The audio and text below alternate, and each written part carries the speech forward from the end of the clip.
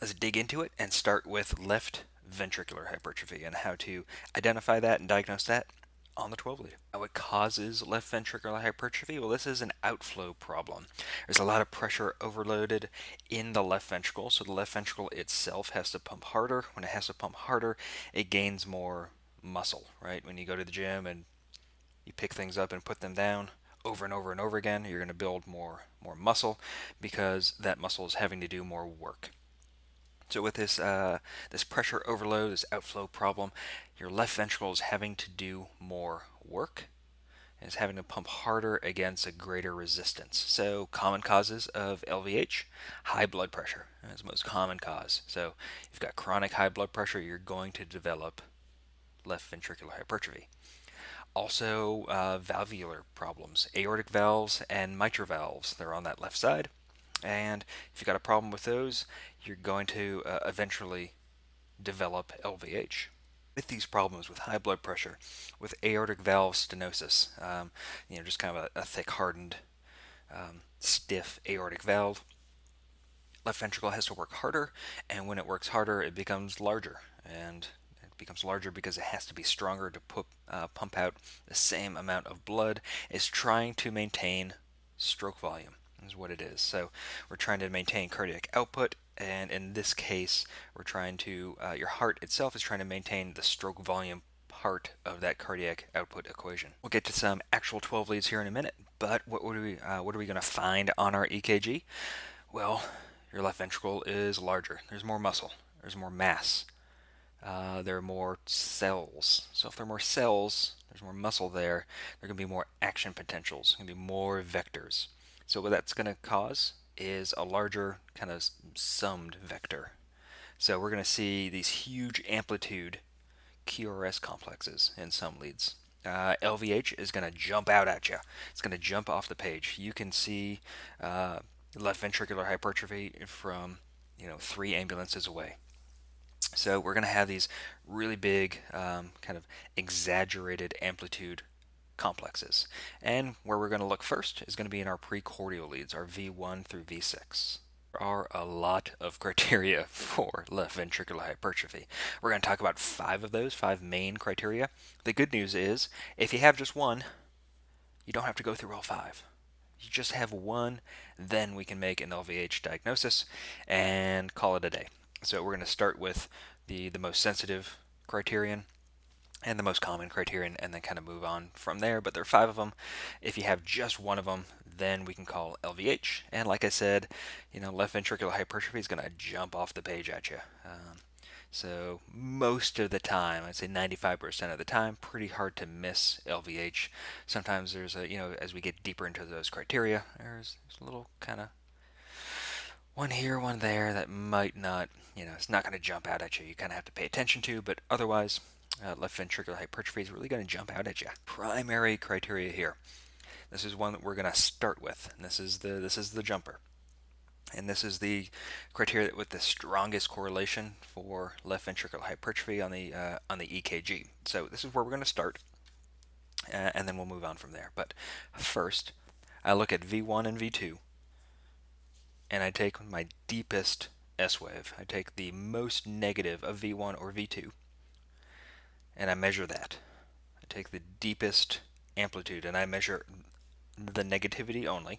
So I measure the deepest negative QRS complex and all that negativity. So I take all that negative and I add it to, I'm looking in V5 and V6, and I'm picking the tallest R wave. I'm picking the highest amplitude. So V1, V2, I've got the deepest, and I'm measuring all that negativity. I've got V5 or V6, I'm picking the tallest, and I'm measuring all that positivity. And I'm adding those together. That's what I'm going to do. So I'm taking V1, V2, taking my deepest S wave and just measuring that S wave, just measuring the negativity there. Then I'm going to V5 and V6, and I'm measuring the tallest, highest R wave, and I'm only measuring the R wave, I'm only measuring the positivity, and I'm adding those together. And when I add those together, if it's at least 35 millimeters in sum, then we have left ventricular hypertrophy. So V1, V2, deepest S wave. V5, V6, tallest R wave. Add the S and the R together. If it's at least 35 millimeters in sum, then I have left ventricular hypertrophy.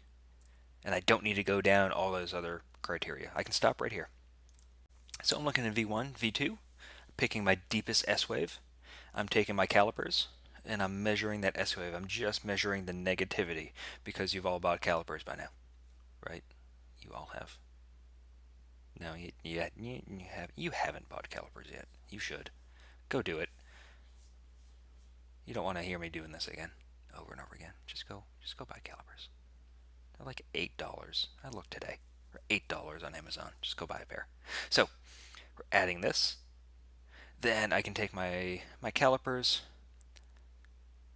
I can kind of superimpose it onto my tallest R wave, and I measure the positivity in V5, V6.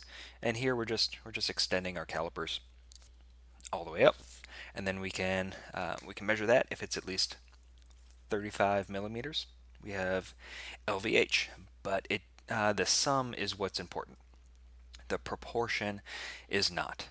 So you might have a super really wickedly deep S wave, and just like an R wave, that's kind of normal-ish.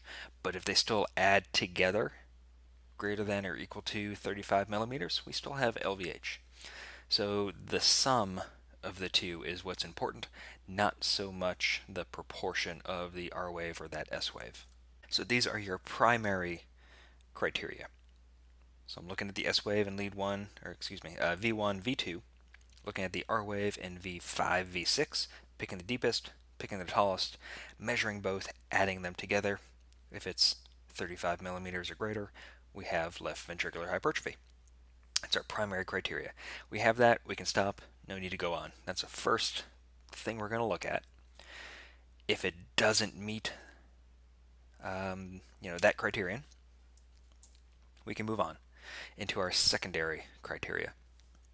So secondary criteria, next thing I'm going to look at is any precordial lead, positive or negative, greater than 45 millimeters. So do I have 45 millimeters or greater of negativity in any lead, any precordial lead, or do I have 45 millimeters or greater of positivity in any precordial lead? So these are huge complexes if we have this. So again, these jump off the page at you. They're going to run into other complexes. You're going to just have a mess on your 12 lead. But if you see that, you automatically have left ventricular hypertrophy. Bam. You have any one precordial lead whose positivity or negativity is greater than or equal to 45 millimeters. Bam. Left ventricular hypertrophy. If you don't have that and we don't have our primary criteria, we can move on. And we're looking at R waves. We're looking at positivity in AVL, lead 1, and AVF.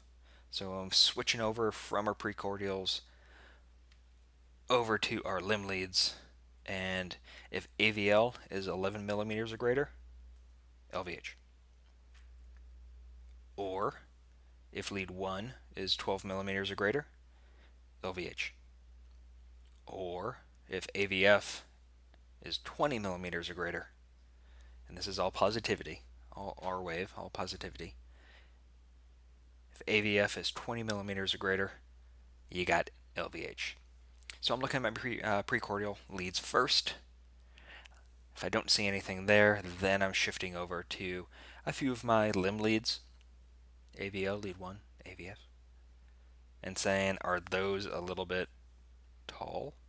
So we're measuring tallness, we're measuring height, measuring positivity when we talk about R waves. So don't forget to check your limb leads. So lead 1 might be 14 millimeters, but your precordials are fine. So as long as we have one of all of these criteria, we can diagnose LVH from the 12 lead. Now let's look at a few 12 leads. So I've got this 12 lead. I've got we start with rhythm. I've got normal sinus rhythm. I am happy with that. We look at axis. I've got positive in lead 1, positive in AVF, and we've got normal normal axis. I've got narrow QRS complexes. I don't have a bundle branch block. So next step down the road is any ventricular hypertrophies. So we look at V1, V2.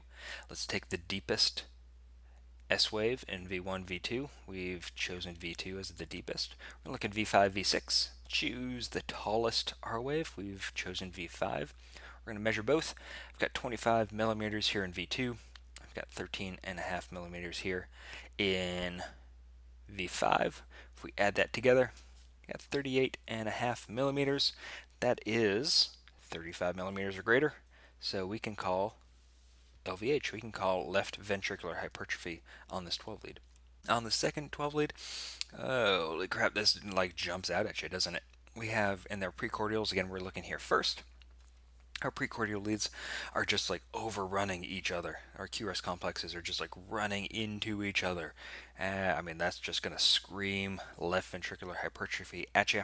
If we were to pick V1 or V2, looks like maybe V2 is the deepest, kind of ends there into V3. Looks like V5 is definitely the tallest. V5 in and of itself is about 40 millimeters. And then add in V2, we're definitely going to be above that 35 millimeter mark. Definitely have left ventricular hypertrophy, and we don't need to do anything else. We meet that criterion. It's greater than or equal to 35 millimeters in summation. So this is one that just jumps out at you. This rolls off the printer, and you're like, oh, LVH. And this is, you see your partner from across the street printing this out, and this is LVH. This third one, holy crap, that's blurry. Okay, so stick with me for a moment. This third one here, if we were to look at V1, look at V2, V1 looks like the deepest, V5 or V6 look to be similarly tall. V6 might be the taller one. So V1, I got 5, 10, 15, maybe like 17 right there ish. V6, I got 5, 10, 15, maybe like 16. So 16 plus 17 is 33. I don't meet the criteria for our little summation thing, right? A little summation equation. So I don't meet that criterion. I don't have any precordials that are greater than 45 millimeters on their own.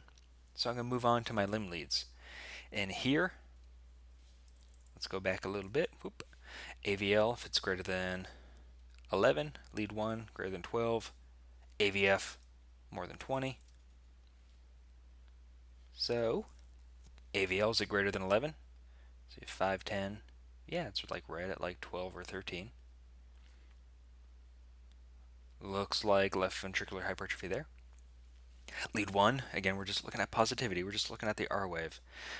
Is it at least 12 millimeters? I've got 5, 10, 15, 16. Yep, definitely. AVF. Is it 20 or greater? Nah. But I've got AVL that meets the criterion. I've got lead 1 that meets its criterion. And remember, of all these 5, we only need one of them to call left ventricular hypertrophy. So here, we're going to call left ventricular hypertrophy because AVL greater than 11, or 11 or greater, and lead 1 is greater than 12 millimeters.